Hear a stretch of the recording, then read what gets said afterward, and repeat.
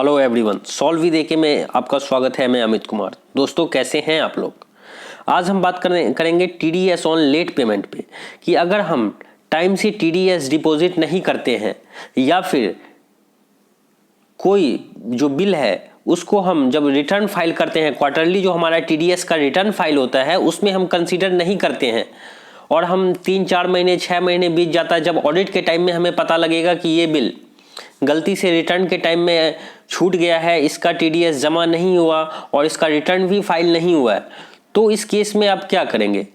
क्योंकि आप balance sheet का प्रिपरेशन कर रहे हैं, उस टाइम आपको पता लगता है कि Q1 में या Q2 में एक बिल, आज से 6 महीने पहले एक बिल मिस हो गया था। उस केस में क्या इंटरेस्ट लगेगा, क्या प्रोसेस होगा, तो इस वीडियो में मैं कंप्लीट आपको बताने वाला हूं। तो आप वीडियो को लास्ट तक जरूर देखें।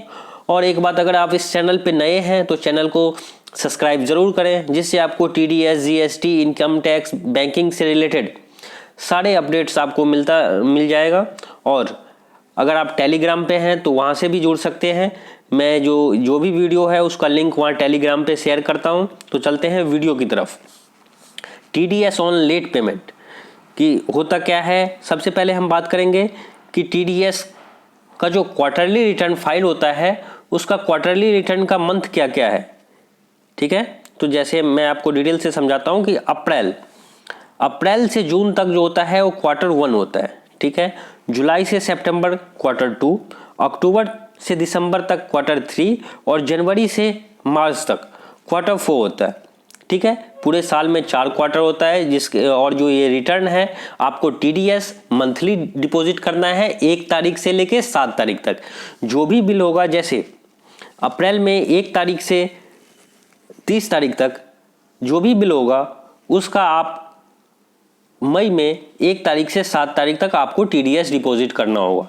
ठीक है, और उसके बाद क्वार्टरली आपको रिटर्न फाइल करना होगा। अब मैं आपको बताता हूं कि लेट कैसे होता है और लेट में क्या प्रोसीजर है। अब जैसे आप मान लो कि आपने Q1 में आपका टीडीएस रिटर्न आपने फाइल किया, ओके है। ठीक है, Q2 भी आपने फाइल किया, वो भी ओके है, उसमें कोई दिक्कत नहीं। आपने टाइम से डिपॉजिट किया, टाइम से अपना रिटर्न फाइल कर लिया, Q3 भी ओके है। लेकिन Q4 जो है उसमें आपने कोई एक बिल गलती से मिस कर दिया जिसको आपने कंसीडर नहीं किया। आपने बाकी वो बिल का जमा किया है और एक बिल जो है वो गलती से आपसे छूट गया। ठीक है, जिसका आपने टीडीएस ना डिडक्ट किया ना ही डिपॉजिट किया। तो उस केस में आपको क्या करना है? अब ये आपको पता कैसे लगा कि एक बिल छूट गया है? क्योंकि जब आप सितंबर में ठीक है, अगस्त सितंबर में जब भी आप अपना ऑडिटेड बैलेंस शीट फाइनल करेंगे, उसमें आपका जो होता है ना पूरा डिटेल निकल के सामने आता है कि पूरे साल में आपने क्या काम किया है, क्या आपसे गलतियां हो रखी है, क्या चेंजेस करने हैं डाटा में।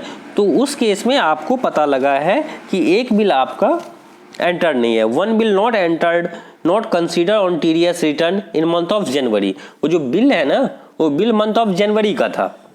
ठीक है, और Q4 में उसका रिटर्न जाना था जो कि आपने नहीं भेजा, ना ही उसका आपने टीडीएस डिडक्ट करके जमा किया है। ठीक है, और ये अभी मंथ क्या चल रहा है? सितंबर।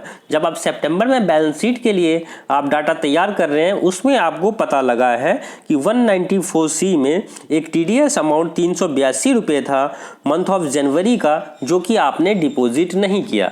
तो अब इस केस में हमें क्या करना होगा? सबसे पहले अब अपने को ये देखना होगा कि इसका इंटरेस्ट रेट क्या है।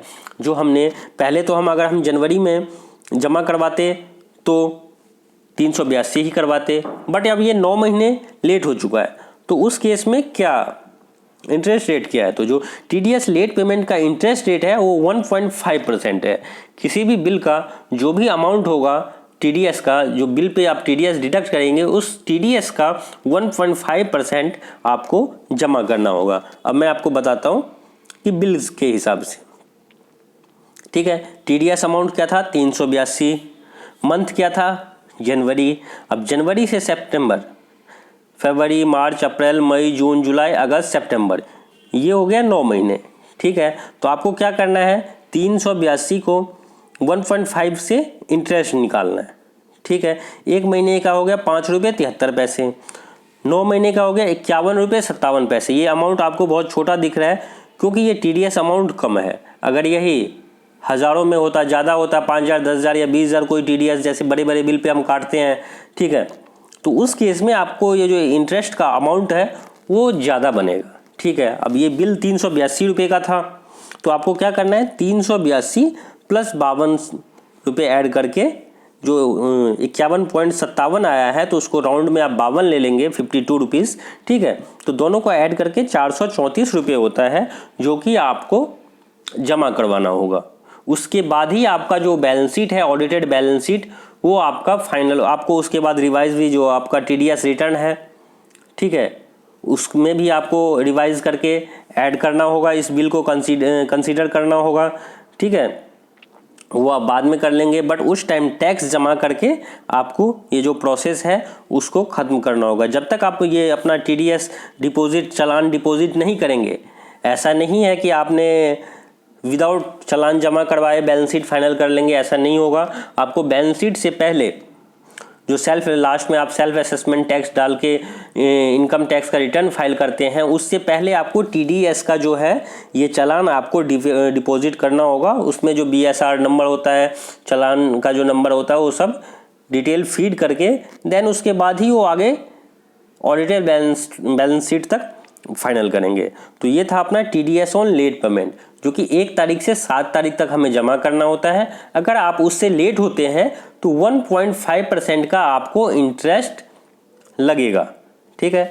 तो आई होप आपको समझ आ गया होगा कि TDS पे क्या इंटरेस्ट है, कैसे आपको डिपॉजिट करना है, क्या क्या क्वार्टरली होता है, कब से कब क्वार्टरली डिटेल होता है। तो अगर वीडियो आपको समझ लगे तो चैनल को लाइक एंड सब्सक्राइब ज़रूर करें। और मैं इस लिंक को कूपे, ट्विटर, टेलीग्राम, हर जगह मैं डालता हूं, तो आप वहां भी उस थ्रू से भी जुड़ सकते हैं। तो अभी के लिए बस इतना ही, अभी विदा लेता हूं। Thank you, bye bye, take care.